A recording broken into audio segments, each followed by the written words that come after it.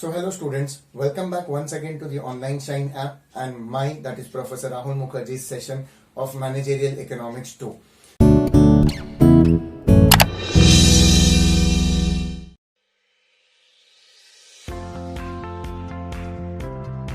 So students, I hope so अब तक आपको Module 1 that is Unit 1 and Module 2 that is Unit 2 अच्छे से समझ गया होगा.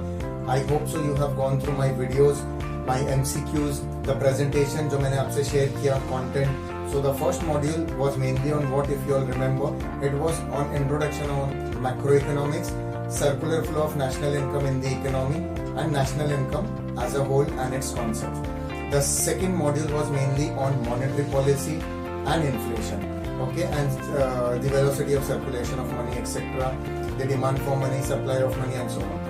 ठीक है, so एक मिनट में ये रिवाइज करवाते हुए I'll take you all to the third module of managerial economics for you students who are going through the subject under University of Mumbai. So the third module will mainly consist of the role of government in making corrections in the fiscal policy or in the prices of the goods that are available in the market, or the availability of products and services to people mainly which are essential commodities.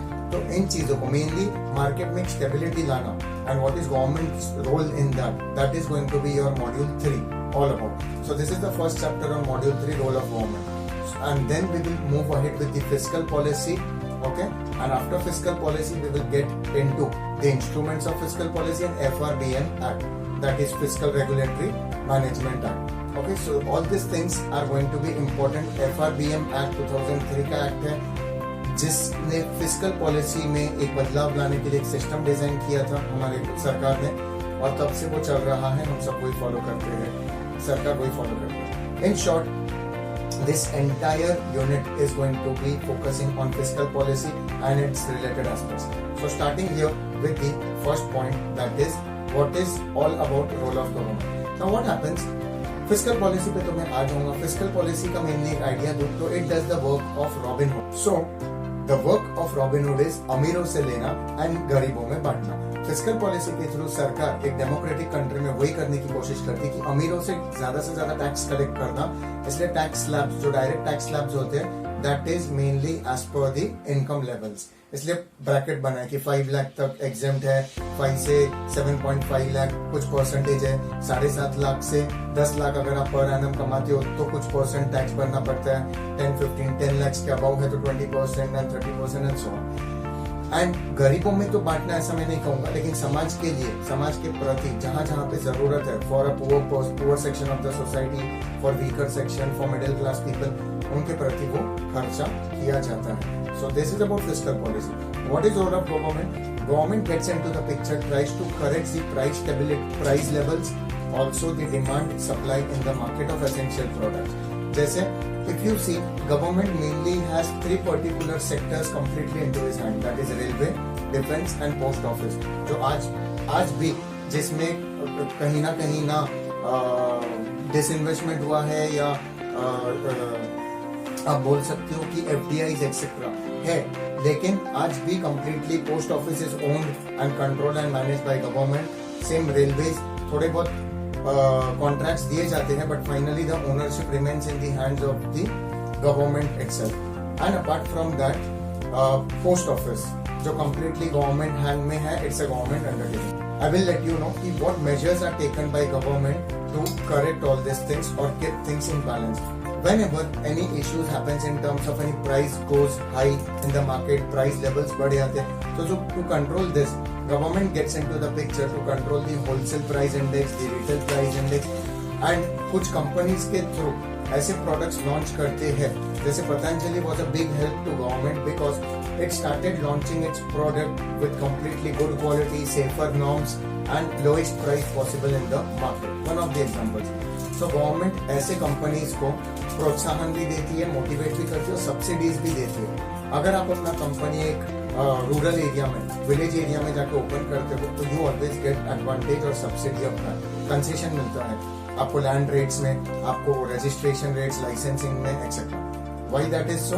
Because आप in short government की, सरकार की help कर रहे हो and indirectly you are doing the work और job of government. What is government's role apart from this?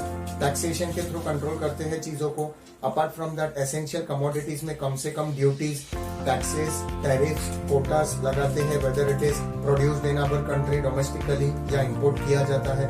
Apart from that government also sees that हर एक एसेंशियल प्रोडक्ट, नेसेसिटीज, जो प्रोडक्ट ऑफ नेसेसिटी होते हैं वो आम जनता तक कम से कम दाम में पहुंचे। और उसके लिए सरकार विलेज, रूरल एरियाज में ज्यादा काम कर रही है, क्योंकि वहाँ पे इलिटरेसी ज्यादा है, वहाँ पे अवेयरनेस कम है, वहाँ पे ऐसी जनता कहीं ना कहीं रहती है, मेजोरिटी वहाँ पे जनता कुछ ऐसी है जिनको बेसिक नेसेसिटी भी कम नहीं मिल पाता है, till a certain extent, knowledge भी नहीं है। इसलिए इंडिया अगर कहीं ना कहीं डेवलप होना है तो that is first is rural area. शहरों में भी कुछ कमियां आज भी रह जाती है जिसको फुलफिल करना, mainly developmental part, because industries, companies वहाँ पे हैं, वहाँ पे फैसिलिटीज हैं, इसलिए वहाँ पे कंपनीज बेस्ड अप है। And because of which government will have to focus on infrastructural development, so that कम से कम दाम में और स्मूथ फंक्शनिंग के साथ प्रोडक्शन हो और वो पूरे देश में बट पाए, पहुंच पाए, डिस्काउंटेड रेट्स में या कम से कम दाम में। Having said so, other role of government is looking after the public as a whole, individually also and also at the markets. कभी कभी आप देखोगे कि कांदे के भाव या टमाटो के prices they shoot up, also petrol and diesel. So government tries to get into there, provide some subsidy, tries to relax the price rates. कैसे? तो by trying to increase the supply levels. होता क्या है?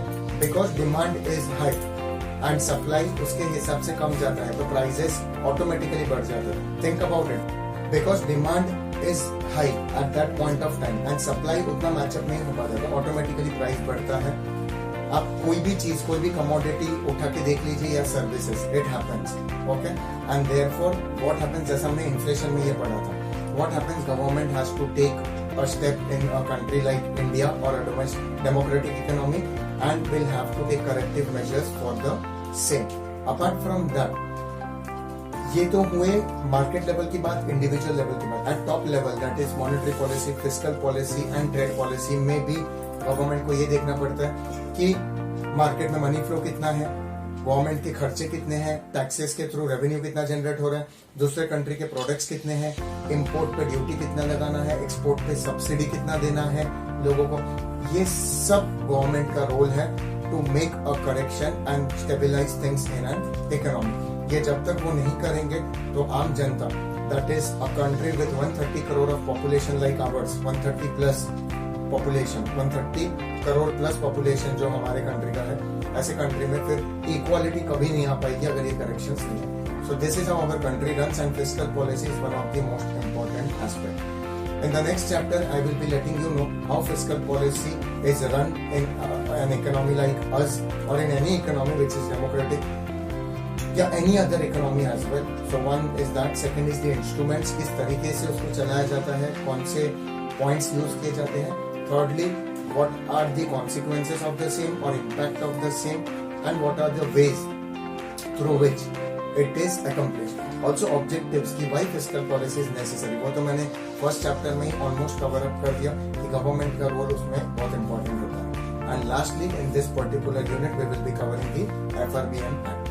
So that's it from my end in this particular video. Stay tuned to Online Shine app and my video to watch the further chapters and learn things very with lot of knowledge, lot of information only in managerial economics subject of Professor Rahul Mukherjee. Take care till then, revise till the part I have taught, watch and revise the MCQs also of this particular chapter. See you all in chapter 2, the next chapter of module 3.